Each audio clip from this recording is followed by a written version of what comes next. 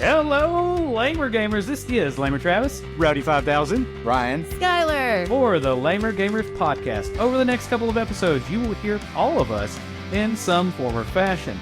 It's been a long time since there's been any laming and definitely not enough gaming, so we plan on breaking down these episodes into smaller chunks so we can record a little bit at a time when possible, because no more 2-hour episodes. yeah, life's been hectic. We don't have time for that. And hey guys, it's nice to see y'all on this play.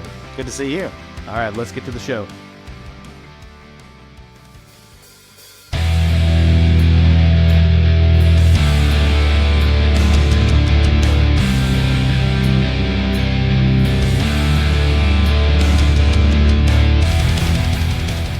In today's episode, I've got Skylar, and Ryan. with me, and we're going to hell in a fancy DLC paid for and basket in Diablo IV. Yeah, I've got a merry band of lamers joining in.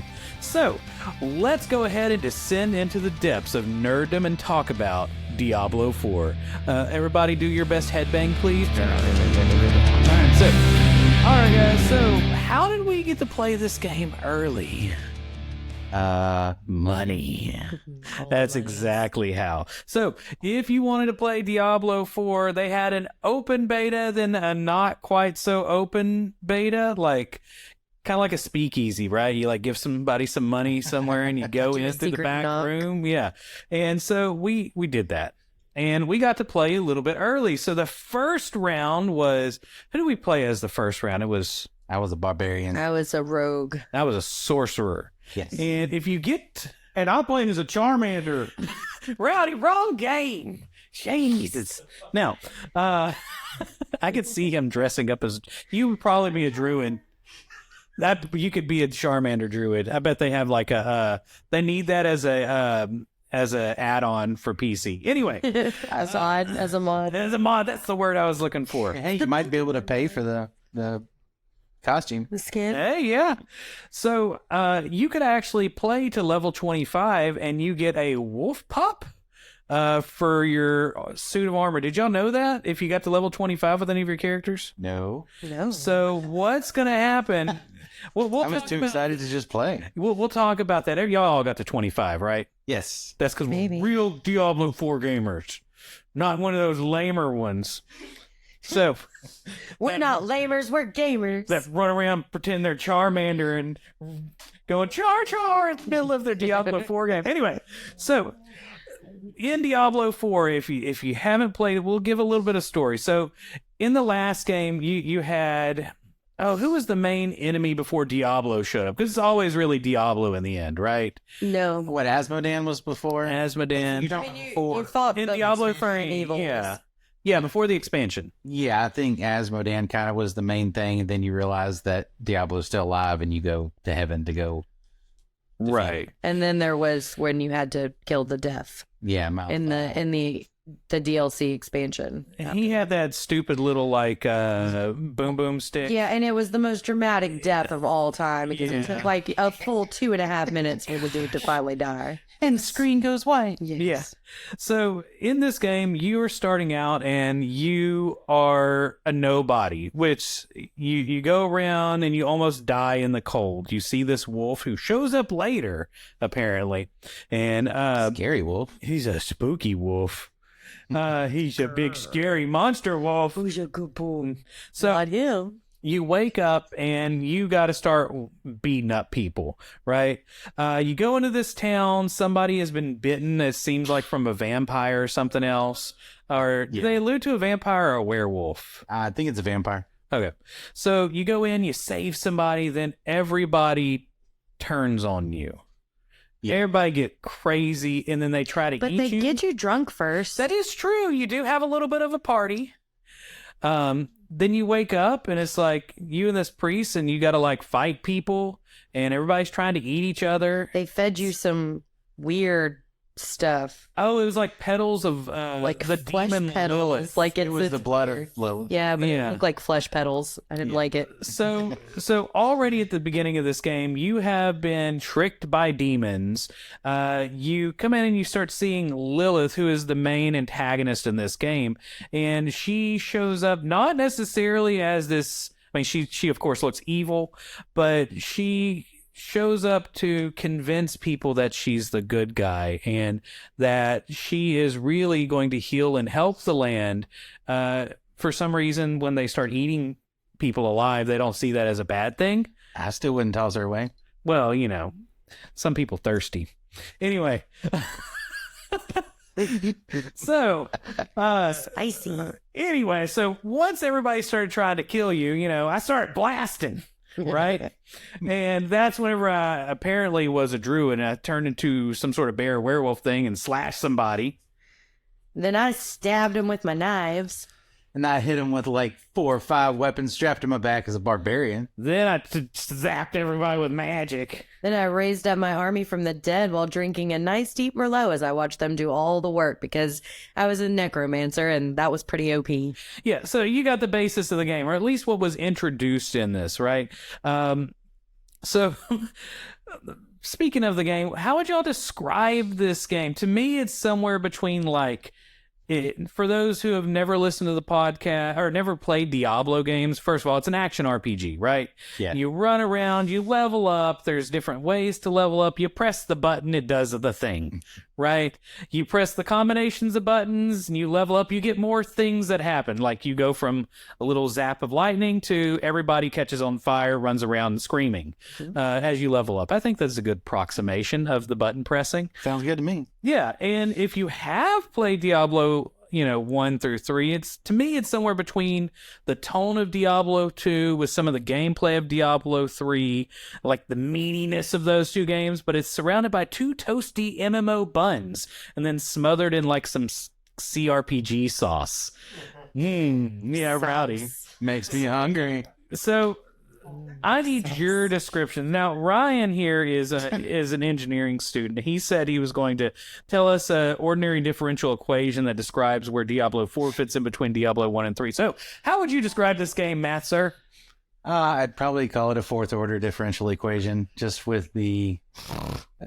Okay, never mind. Oh, sorry. Tell me, what do you think about this game? How does it feel? Like, is it Diablo enough? Yeah, it's definitely has a Diablo feel. I'm interested to get more into it because they just nice to see it, but I wasn't happy or satisfied. I'm gonna have to edit that. Anyway, so Skylar, tell me how would you describe this game? I do agree with you that it has kind of the tone of Diablo 2. I feel like they went artistically more with that sort of feel. I don't see a whole lot of Diablo 3 in this one at all. Like it's gameplay wise for me feels more like Path of Exiles than any of the other Diablo games. Is that an insult? I didn't mean it as one. For me it was more they tried to give you the feel of an open world without it really being open world, to make you feel as though you have more choices than in Diablo 3. Because in Diablo 3, there's a very cut and dry path. Every screen is a different map, but it definitely had a different feel to it to me. Artistically, I would say more along in lines with Diablo 2, but as far as play style and everything goes, for me, it didn't feel like a Diablo game. I kind of see that too. Like it's got a lot of MMO inside of it. It's definitely an MMO in there, masquerading as a Diablo game at times, and I normally don't like that. However, it has been nice whenever there's an event and other people are helping you. Yes. That something's going on, and it does feel like this area is being taken over, and everybody's just trying to fight their way out of it.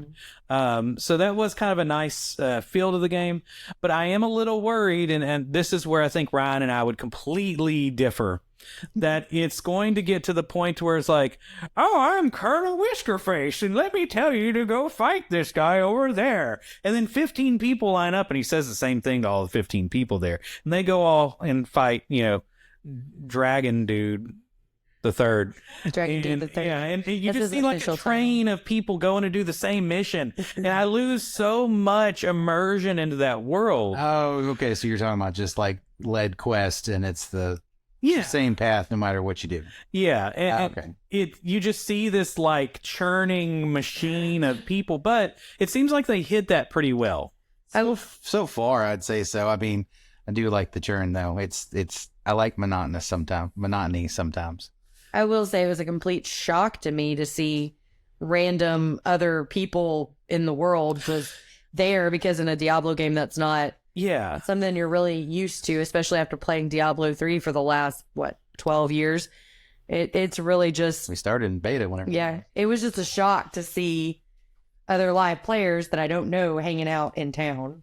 Yeah, I mean, all of a sudden, Captain Sparkles 328 shows up and just rips something's head off. And, it's very unexpected. Now, I did notice when you go into a cave or like a dungeon that you don't see those people. It seems like that is closed off, or at least I didn't see many people in the dungeons. Yeah, there was no added in the dungeons. I believe it's probably the same concept as, WoW, because same people, that it creates a new instance whenever you go into a dungeon. So it's whoever's in your party is in the dungeon. And I did like that. There was a lot of complaints, though, about the dungeons in this game.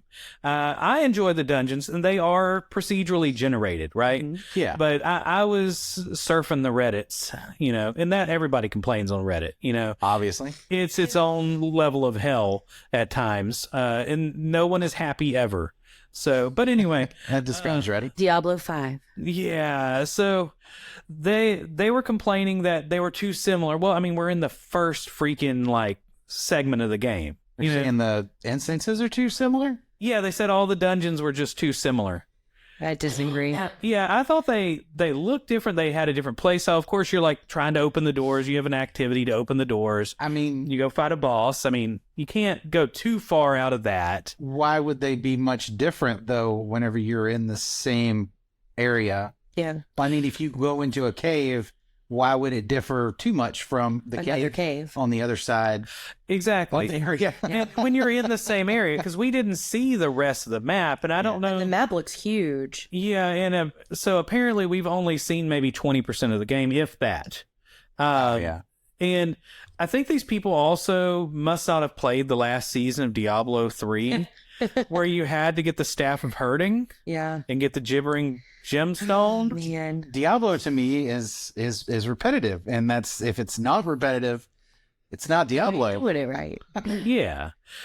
So one thing too that is different with the gameplay is they want to go with so Diablo 3 is very armor heavy and weapon heavy, right? And that determines how you play. Mm-hmm. This game's trying to go a little bit out of that box to where your leveling up can affect you more, and there's more play with, let's say sorcerer, for instance. Mm-hmm. You have a lightning sorcerer. Well, the lightning skills can go from one where you chain lightning everything, or you can do one where you get these little sparks that show up and they cause these random effects that happen, almost like a wild magic style if you set it up right. And then as you get items, you would build somewhat around those, but you still have that core character design that you make. And it does feel a little more like you're designing your character to play how you want. Granted that they'd let you respec a lot in this game, right? Versus going with whatever set pieces you get determines your playstyle. And honestly, how do I play Diablo 3? I look at set pieces like, oh, that sounds fun. Yeah. And then I play hammers. Hammers. I like hammers. Ooh, jumping. Yeah. Well, it'd be nice because, I mean, then you'd have options to make your own build, I guess you'd say. Because if they do have gear that way, so far the gear has been extremely random, so it seems like that's going to be a hell of a grind. Yeah, and they did say the loot we were getting in this game was turned up. It's got to be lesser. Me. And we've gotten legendaries, but there are going to be personalized weapons almost that will only be for like a couple people. So that can completely alter a build. And they want you to, rather than just change that one character, they almost want you to build a whole new character based on finding these extremely limited special weapons too. So they want you to replay it a bunch with different characters, try different builds. And I know in the main game, they're supposed to get rid of how cheap it was to change up stuff. Because Ryan knows. Yeah, Skylar knows. It was super cheap. I would stop every like 10 minutes, like, oh, I got this weapon. I want to play this style now. Yeah, I mean, if they go the route, I've played WoW forever, and I'm just making references because it does feel awfully wowy. Wowie. Wow. Golly gee, wowie. And in the beginning, whoever played WoW, it was extremely expensive to respec. So, and there were people that did it, but I think they're going for that. If they're going to go for that feel, then I understand, and they'll cave eventually. Yeah. So gameplay wise though, just overall, the gameplay was good, right? How did y'all like it? Was it better than 3, 2? Where are y'all at with that? I feel like if you're comparing 3 and 4, it's apples and oranges. It's not, to me, the play style is totally different. Even just like, okay, with Diablo 3, you got in a very quick habit of a rotation. I hit this button, this button, this button, this button. I hit this button, this button, this button, this button. And then I hit my big special, right? And I did not, and you could almost zone out in Diablo 3 and just hit the buttons over and over again. I didn't feel that with Diablo 4. I got to that point though. See, I didn't. I didn't get there because I felt like it was determined by where I was, what I was fighting, and how many enemies were around me. And that was, I mean, that's playing more by myself because I played more by myself than the two of you did, I think. Oh yeah, we were doing outside. And so, see, I think that when you're playing as a group, you can get to that point really quickly, but as an individual, it's going to be determined by, is it one big boss that I'm fighting? Is it 400 little mobs that I'm fighting? I think it keeps you focused on what's happening versus just hitting the same 4 or 5 I buttons. could see that. So solo play is going to feel a little more like, and I get what you're saying. I would have to approach a situation different than if Ryan and I were both there. And because like Ryan and I played together a lot, I was this close to taking a tin can and installing it in y'all's house with a long stream, be like, hey Ryan, dude, get on Diablo 4. Stop your ordinary differential equations. Give me a minute. I'm making coffee. Hold on. Sounds about right. Yeah. So what about you? Gameplay? I mean, it felt like a Blizzard game. Yeah, it was very blizzardy. It was a very cold level too. It was a very cold. I mean, I think it's going to be quite similar. There's a lot of things extra things you'll be able to do with talents and all those things, but I think overall it felt the same, which is what I wanted. So I was happy with it so far. It's same type of gear. It's going to be random until you figure out how it goes. And then, I don't know. To me, it felt the same. And even with the buttons and everything, you figured out your rotation, but depending upon the skills you chose. And I don't know. It was overall a good experience so far. So, I am seeing this kind of like you're going to play it how you want to play it and how kind of what you're used to. And the devs have talked about that's kind of what they're going for. Is building your characters how you would think they should be built. Me talking about gameplay, I enjoyed it. One big thing for me was the story elements. I felt like the story elements in this game were really strong, especially compared to Diablo 3. Yeah, I wanted to see where it was going. I was upset when we got to the cap because I wanted to know what comes next. And as much as I love Deckard, I'm so not mad that just so tongue-in-cheek. So I think that's going to be a good segue into graphics too, because everybody and their mom, because their moms are playing Diablo, I guess in my mind, but was complaining about the graphics of Diablo 3 when it came out because it was too bright and colorful and cherry. Right? Did y'all hear any of that? Which was why they did Whimsydale, right? Or Yeah. Whimsyshire. The whole thing was a joke. Yeah. And We were firing teddy bears and unicorns. I do like the strong color. Like I'm an artist. I like strong color palettes, so they were fine with me. But I wasn't coming from Diablo 2 and Diablo 1 as much as some edgelords that lived in those worlds. But I do think the color palette in this game and the graphics in general are very dark. It is a very spooky game. I felt it was very muted. I don't know. It kind of just blended with everything. It wasn't as... Now, I got to say, too, they screwed up the HDR in this beta. So I wasn't really judging the whammies yet. That's not something I would even consider for right off right now. That's not. I would assume they wouldn't have a final version of that. I was just happy that we had real cutscenes and not like hand drawn looking like from Diablo 3. Every personalized cutscene for each class, it was all like sketched. It looked like it was sketched. And on this one, you actually had beautiful cutscenes that were where your character was inserted and everything. Yeah, it was really nice. But yeah, it's the graphics to me, they're really nice, but man, I should have dragged y'all over here because if you got it tuned in just right, it was great, but they had set the HDR black point too high, and so everything that was supposed to be black was really gray. I had to do some wild magic to get it right, and there were people all over the internet that were trying to figure it out. They screwed it up big time. Hopefully it's fixed after the beta, because you actually had to turn your darkness down on your TV or some fancy crap in OLED. But anyway, that's enough about that. The graphics were cool. My wife thought they were super duper spooky. Isn't that right, Robin? The Diablo 4 was scary. Comparatively scary. You heard it here. So, anyway, let's go ahead. Indeed. Let's do a kind of jump into the characters. So let's start with the one that was the most hated, Barbarian. Wasn't it? It was. People on the internet thought it was too confusing because you didn't just have two potential weapons. You had you were the freaking armory. Yeah. I'm sure they did it on purpose because everybody probably always said that the Barbarian was too easy. So they were like, well, let me show you how it can be easy. Hit thing with hammer. I actually thought it was very interesting. And it was cool. I will definitely play one probably starting out just because it looks super complicated, but could be fun. And so that's what's really funny. People were complaining that it was too complex and they couldn't figure it out. I mean, you had to get legendaries and you had to bounce those legendaries off of each other, essentially. So now the Barbarian has gone from bar to, once again, ordinary differential equation Barbarian.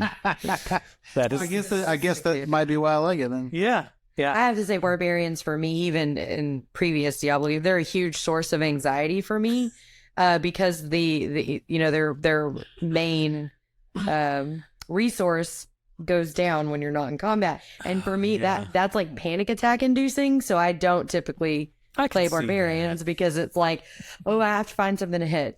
Must smash. They're not Hulks. They can't stay angry all I the time. understand. And I'm not faulting the game for that at all. It's just my personal anxiety kicks in.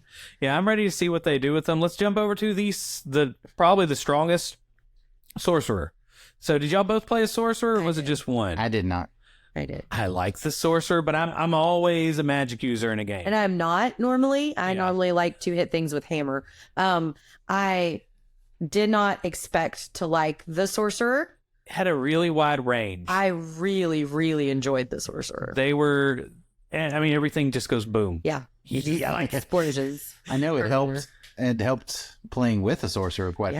Yeah, because that DPS jumps dramatically. Wait, not just the DPS, it's all the added effects. Yeah. You could freeze things. Yeah, you could basically essentially play a control wizard at that point. Like you could freeze things. And I could see a support wizard being a completely legitimate build. Yeah. And that is true. A lot of things don't really have good, at least so far. We're only level 25 out of 50 or 70. Was it going to be 70? From what I'm seeing, I think it's 70. I heard it was 50 at first, but it looks like it might top out at level 70. Huh. So we're really low in the game, but I didn't see a lot of control effects outside of the sorcerer, the rogue, and the druid. The necromancer we'll get to in just a minute. There were several in the barbarian. I just chose not to do that. I just wanted Out. Yeah, I guess there's a little bit of something. There's a a lot actually. I just didn't choose to do it.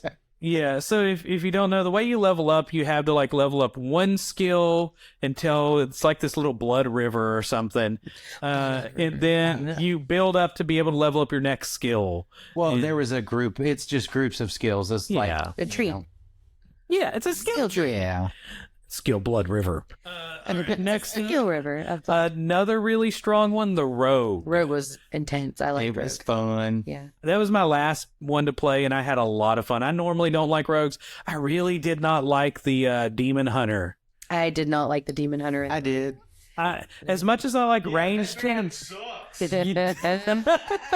as much as I like ranged wizards, I can't stand just shooting arrows.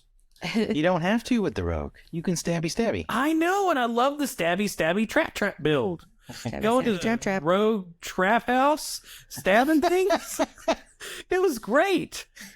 Yeah. Yeah, the rogue's versatile depending on how you want to play. I like that. Instead of having another character that was just, arrows or just stabby, you can do either with that. And they were surprisingly not as squishy as I expected them to be.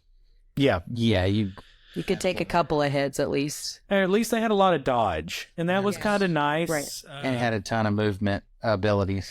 Yes. There was one build that I made that you just fly through enemies, and then you'd like stab them with your blade. You'd fly through, and then the blades fly to you through enemies. Through them, yeah. That was fun. Yeah. That was definitely. I feel like the stabby rogue was a nod to wild rogues. That's what it felt like, at least. It did kind of feel like a WoW rogue. So the next one on our list is the druid, which was probably the weakest character. Nah. Ryan disagrees, but I was technically, disappointed. We played different druids. I mean, the druid I had was strong for like hitting one enemy at a time, but as far as crowd control, wasn't very good. However, the druid was nerfed big time because you couldn't travel to the map where you were supposed to upgrade your druid. Right. Yeah, barbarian either. Yeah. So, everybody's complaining that those were the hardest to play. Well, technically, you're gated out of upgrading those characters the way you're supposed to. Fighting with one hand behind your back, basically. But, man, That did well with one hand. the animations, though, on the druid are the best, in my opinion. Like, from the art direction, them turning into the monsters, and back and forth. If you didn't notice, if you like change from a werewolf to a bear and you kept switching those skills back, it's like their body rips apart as they change into them. There was a lot of cool features they did with the graphics. Also, depending on how you built your druid, would change the type of monsters you would be. So if you were a white-haired druid, you would then become a polar bear. Oh, see, I actually did not do any transformation. I went straight elemental, so I didn't actually experience any of that yet. Yeah. So it was cool. Now, granted, I went towards like the rock druid. That's kind of interesting to see earth skills in a game when I'm used to like D&D. You have like rock pillars show up or something. Yeah. I've never seen that really done real well in a game until this one.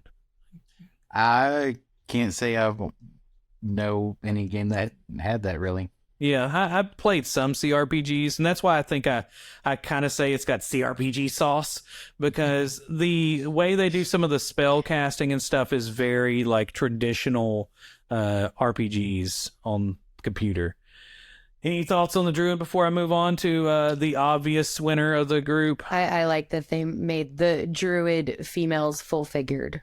Ah, yes. She was a chunky girl, and I liked it. I was like, finally, girl. I do kind of wish they almost though had a little more where you could change up the body types of the characters. Yeah. But I did like. I thought they were good choices because they're turning into these like big monsters. Right. I think it made a lot of sense.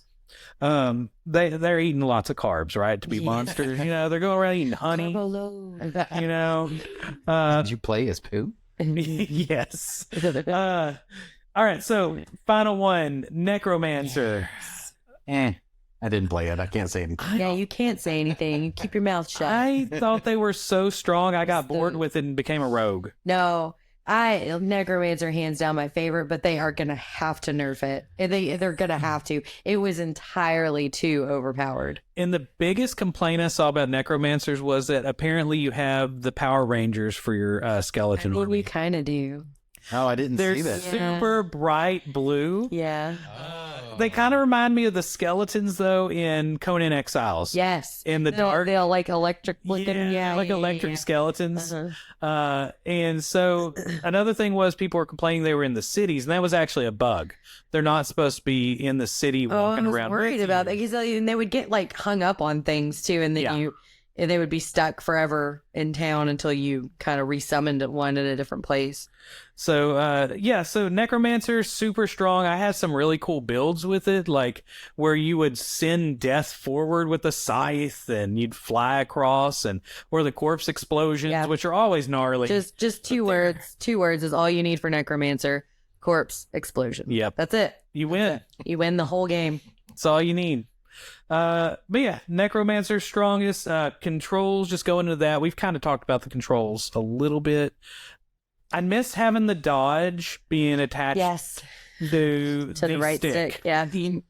Oddly enough, I used it maybe 12 times playing Diablo 3 over many, many years. I used it all the time on Diablo 3.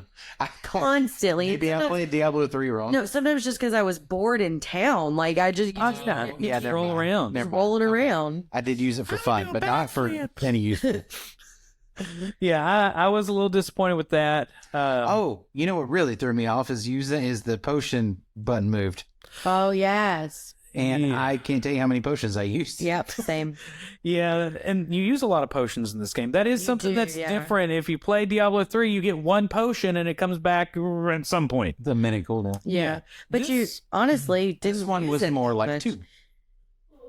The potion. Oh yeah, as far as yeah. I use potions all the time. I'd get up there, and if I'm down, bam, bam, bam, because I know another one's gonna pop right out, right? And that might only be because it's the demo. Well, I know, I'm sure, and if I'm not mistaken, I want to say there was a barbarian's talent where if you weren't full health, I may be imagining that, but I'm sure there may be some instances where you don't need full health. I have seen some of that where it, depending on your health, it affects like crit or something like that. Yeah. So that is something that's different with the controls. You have a different way that you're doing potions. It's more almost like sets of fights, and then you get a recharge, which is kind of nice. Like you have a big fight in a room, and you're generally going to get a couple potions. I bet you anything the potion drop was probably more than it will be in the real game. Oh, yeah. I also don't like how quickly they disappear, because they would disappear pretty quickly if you didn't grab them right away. I honestly tried to use them as little as possible, so I didn't do it. Oh, man. I was always just tossing them back. I believe Travis said several times, "Hey, don't you need a potion?" And I'm like, "I'm good." No, I'm good. I'm just gonna. It's just a flesh wound. It is but a scratch. I'm going at 50% most of the time. But in general, the game was really well done. There were bugs. There were. I remember the wait times when you started it. Holy cow! The first time I logged in, it was 119 minutes. The first time. But they did a fantastic job fixing it. Epic. Yeah, and it was fast. They fixed it fast. They were like, "Oh, this isn't working. Let's hurry up and knock that out." It felt like an actual beta, not like what most people call betas, which is basically a preview of what the game's really going to be. Yeah. So they fixed a lot of things. It got better as it went. Occasionally you get stuck. You get hung up in there. It is a beta. You get angry about the invisible wall that would not let you pass. Couldn't leave town. Do you remember the time that I was invisible? Oh, yeah. Do you remember the time that I was invisible? You get invisible every now and then. That's a good time. Yep. But you'd come back. Sometimes you got wounded. Yeah. I did hear from a friend of mine who plays on PC that the PC server situation was a lot worse than what we had on Xbox. People would wait an hour and a half to get in.